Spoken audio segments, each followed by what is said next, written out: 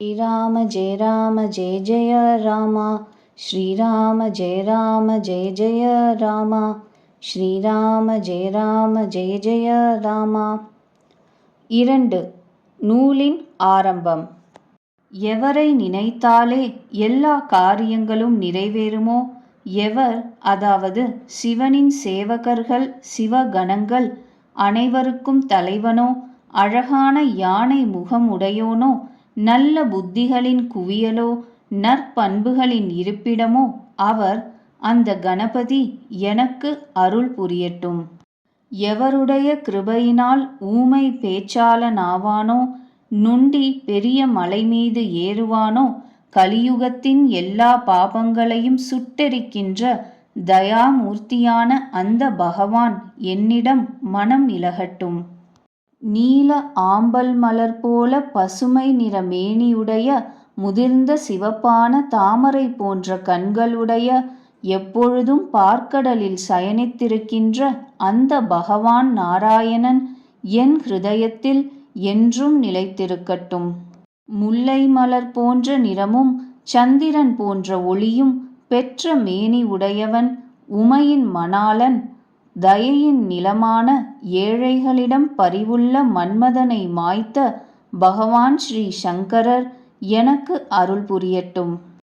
எவர் கருணை கடலோ, மனித உருவில் வந்திருக்கின்ற ஸ்ரீ ஹரியேயோ, எவருடைய சொற்கள் பெரும் குழப்பங்களான இருட்டை ஒழிக்கின்ற சூரிய கிரணங்களின் கூட்டமோ, அந்த குருநாதரின் பாத தாமரைகளை வணங்குகிறேன்.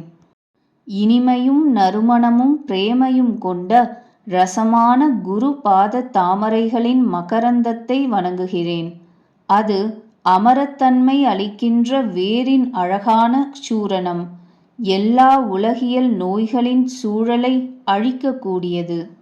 அந்த மகரந்த பொடி சகல நன்னலங்களும் நிறைந்த பரமேஸ்வரரின் மேனியில் விளங்குகின்ற நிர்மலமான விபூதியாகும். இனிய மங்களங்களையும் ஆனந்தத்தையும் உண்டு பண்ணுவது, பக்தரின் மனதாகிய அழகான கண்ணாடியின் அழுக்கை போக்குவது, நெற்றியில் பூசுவதால் நற்பண்புகளை வளர்த்து கொடுப்பது. ஸ்ரீ குருநாதரின் கால்களின் நகங்களின் ஒளி இரத்தினங்களில் ஒளி போல பிரகாசிப்பது. அதை நினைத்தாலே ஹிருதயத்தில் தெய்வீக பார்வை உண்டாகி மிளிரும். அந்த ஒளி அஞ்ஞானமாகிய இருளை அழித்துவிடும். அந்த ஒளி எந்த இதயத்தில் பாய்கிறதோ அவன் பெரிய பாக்யவான்.